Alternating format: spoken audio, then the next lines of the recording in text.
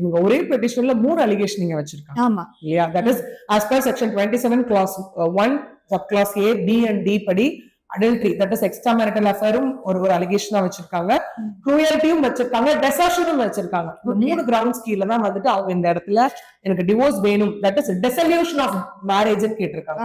legal termination of marriage, இந்த திருமண பந்தத்தை வந்துட்டு டெர்மினேட் பண்ணுங்க அப்படின்ற மாதிரியான ஒரு விஷயத்தை கேட்டிருக்காங்க. கேஸ் adultery நம்ம எல்லாருக்கும் இப்ப வந்து ரொம்ப ஈஸியா புரியக்கூடிய ஒரு கான்செப்ட் ஆயிடுச்சு, that is extra marital affair அப்படிங்கிற ஒரு விஷயம். இதுல தாண்டி அவங்க cruelty-ன்ற ஒண்ணு மென்ஷன் பண்ணிருக்காங்க.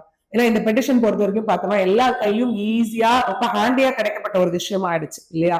ஏன்னா அதுல அவங்க 2021 ஆரம்பிச்சு அதுக்கப்புறம் என்னென்னலாம் நடந்தது, எது வரைக்கும் நடந்தது, கடைசியா நவம்பர் 2025 வரைக்கும் நானும் டைப் பண்ண, என்னோட லீகல் கவுன்சில்ல இருந்தும் டைப் பண்ணும், இந்த நோட்டீஸும் பரிமாறப்பட்டது.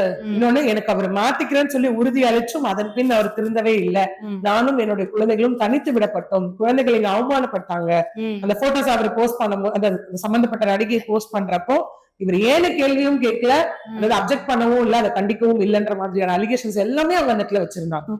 இன்னொன்னு, எனக்கு நெக்லெக்ட் பண்ணப்பட்டாங்க. என்னதான் 2020 ஒரே வீட்டுல இருந்தாலும் 2021 அப்புறம் நான் தனிமைப்படுத்தப்பட்டேன்னு சொல்லியிருக்காங்க. பினான்சியல் ரெஸ்ட்ரிக்ஷன் அதெல்லாம் சொல்லும் போது இதுதான் என்ன ஆகுதுன்னா குரூயாலிட்டி. ஏன்னா குரூயாலிட்டி அப்படிங்கிறது இங்க பிசிக்கலா மட்டும் நடக்கிற ஒரு விஷயம் கிடையாது. அடிக்கிறது, ஒருத்தவங்க வந்து பிசிக்கலா அவங்களை துன்புறுத்துறது மட்டும் கிடையாது, ஈவன் மென்டல் குரூயாலிட்டியும் குரூயாலிட்டி தான்.